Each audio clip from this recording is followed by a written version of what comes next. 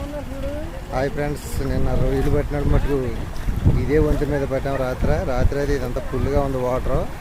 ఇప్పుడైతే డౌన్ చేశారు. చూడండి ఫ్రెండ్స్ ఎంతమంది ఉన్నారో. రాత్రి అయితే ఇంకా స్పీడ్గా వెళ్ళిపోయింది.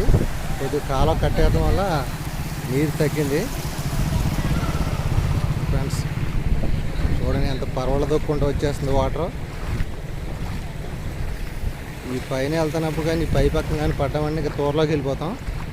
ఆ కింద పక్క వచ్చేవాడికల్లా బయట రాకపోతే ఇంకా అయిపోయినట్టే. చాలా ప్రమాదం.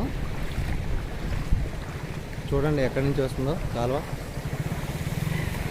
ఈ స్తంభాలు పైకి వరకు ఉన్నప్పుడే పడతాయి రొయ్యలు. ఇప్పుడైతే పడవు, చేపలు కూడా ఉండవు.